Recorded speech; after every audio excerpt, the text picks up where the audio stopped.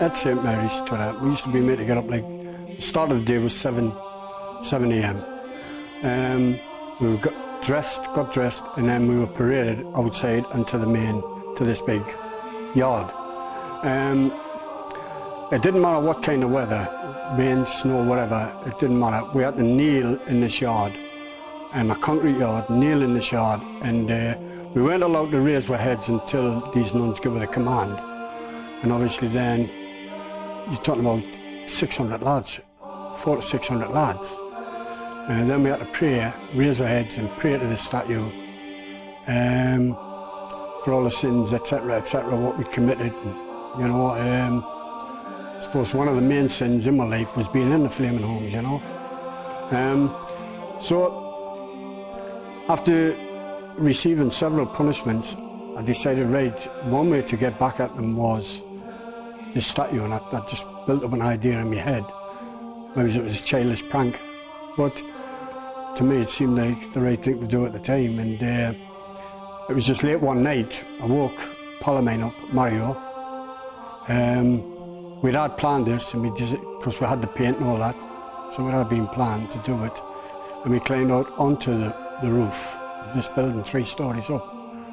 And we spent a couple of hours painting it black. You got to imagine that the sisters had the back to this statue. Nobody would look up at this statue until we all really looked together, because this was the sacred part of the homes. So we're all there, of course. We knew what we'd done, and we're all kneeling. To be quite truthful with you, I was fighting a flame and look up, but we were telling to look, and of course when the sisters looked up and seen this black statue, even the lads, it was just a big shock of amazement. And of course, then the squeal was my name, which always was, you know. And of course, I was still covered in paint, and so was Mario. I'd had some beatings in these homes, but this was a beating beyond all others. A thing I missed out earlier part was one of the most horrendous punishments. Part of these punishments was, I remember this big wooden box, like an old chest, and used to get locked in there for, could be hours. But the beating, I mean, to me they must have been getting a big kick out of what they were doing to beat kids up like this, so severely where I couldn't go to school for a month. I was so bad. But before I was actually sent to school, be getting on for the month, I actually broke into this cubicle, belonged to this Miss Malone. She wasn't a nun, she was a worker, which was a vile, evil, horrible woman. I took some money from her cubicle, and my clothes were there in that cubicle, got dressed, and I was away, heading for Newcastle.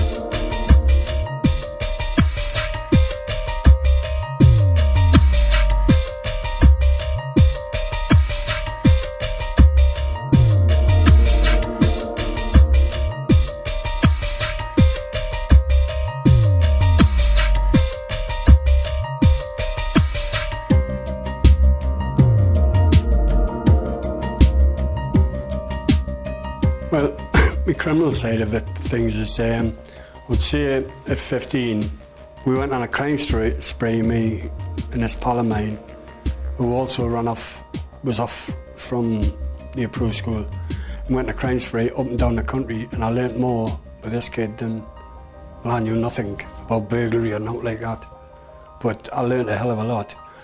I was sent to Hull. This was after Staffordshire Mental Hospital. I was transferred to Hull, Borstal, which was a tough place. I didn't last a month there, I would say just over a month or something like that.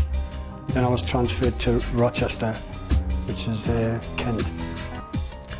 So it was actually when I was doing a stint in the block that PTI was taking him for PE, and he'd actually said, "Would you not like to take up boxing? You've got so much aggression in you. Would you not like to give it a shot?" And I just more or less told him to get lost, you know. But when I came out the block, I took up his offer, and I actually put us in with a Scouse lad who had a bit of a name. He really was a boxer. And to tell this kid to take it easy on me, and the next thing you knew, this kid was lying where he was on his back outside the ring. I just ripped in and let loose on him. I had no technique, and that was progress from there. So I was picked for like the boxing team actually in Borstal. But like always, I seemed to make a mess of things, so it was back to the block.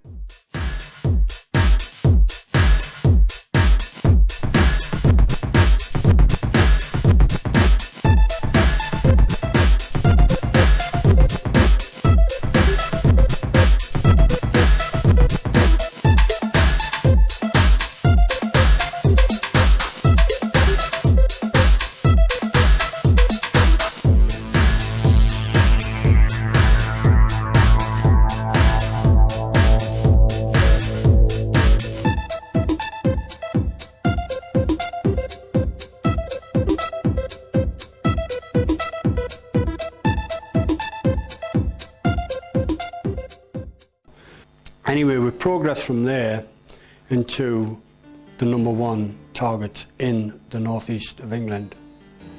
In fact, all over the country, because we were grafting all over the country, whether it was POs, whether it was banks, whether it was workmen's clubs.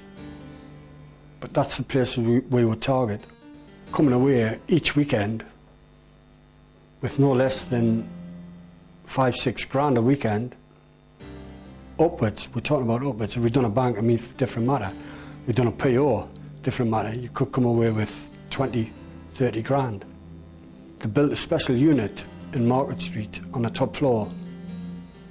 And it was this unit, we were informed of this unit was specially made out for our firm.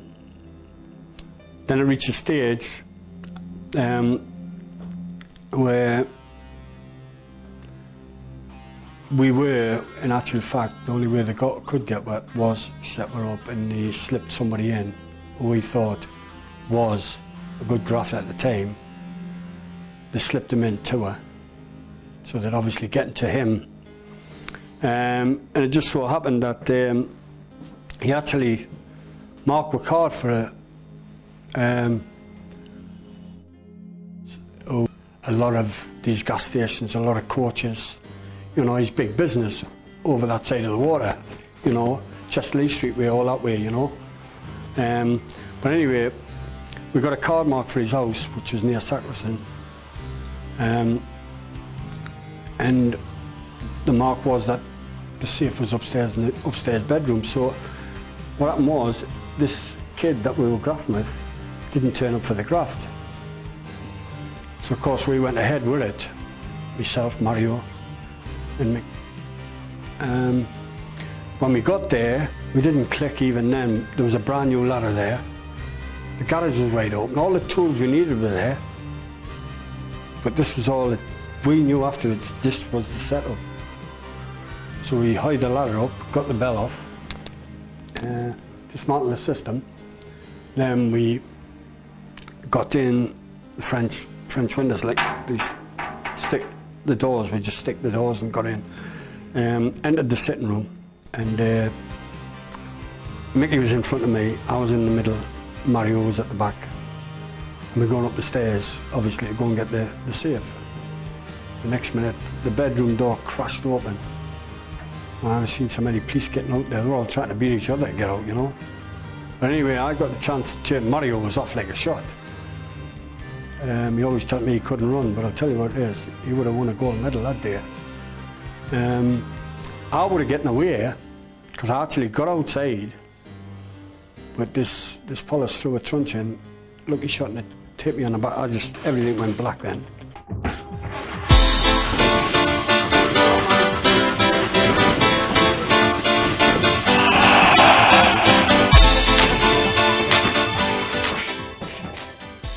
But anyway, we've done this other pitch at Alnwick, and once again, this was a card mark. Police again waiting for her. So this was 2 jail sentences that I went down for. And I just thought, what am I doing? I'm going into prison. Okay, I don't mind. If I've done something, fair enough. You know, if I'm back the rights, you know, me against them, then fair enough. But to actually do the jail for setups was not, it wasn't my cup of tea. I mean, because when I went in jail, I didn't get no remission, not like that. My jail was done the only way I could do it was the hard way, which was every day I would lose. I had more time getting added on. Every day in the block, every day in the padded cells, liquid cosh, electric treatment, shock treatment, you know, to go through all this, you know, that's the only way I could do my jail, you know. And that's why I actually, before then, resigned myself to dying in prison. But then, with these 2 setups, I was actually in Strongbox when it dawned on me, and I thought, what the flipping hell, what am I doing? You know, and I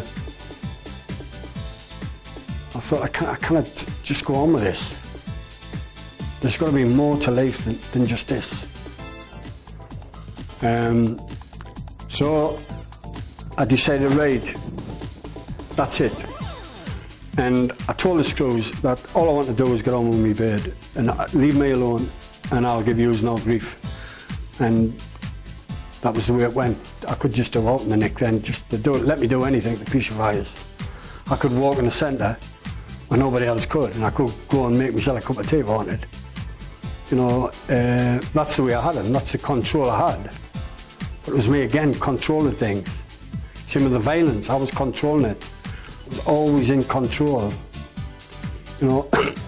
And it was the same in the homes. I felt I was in control all the time. I could rise above these systems. I could rise above all these prisons, rise above all these people.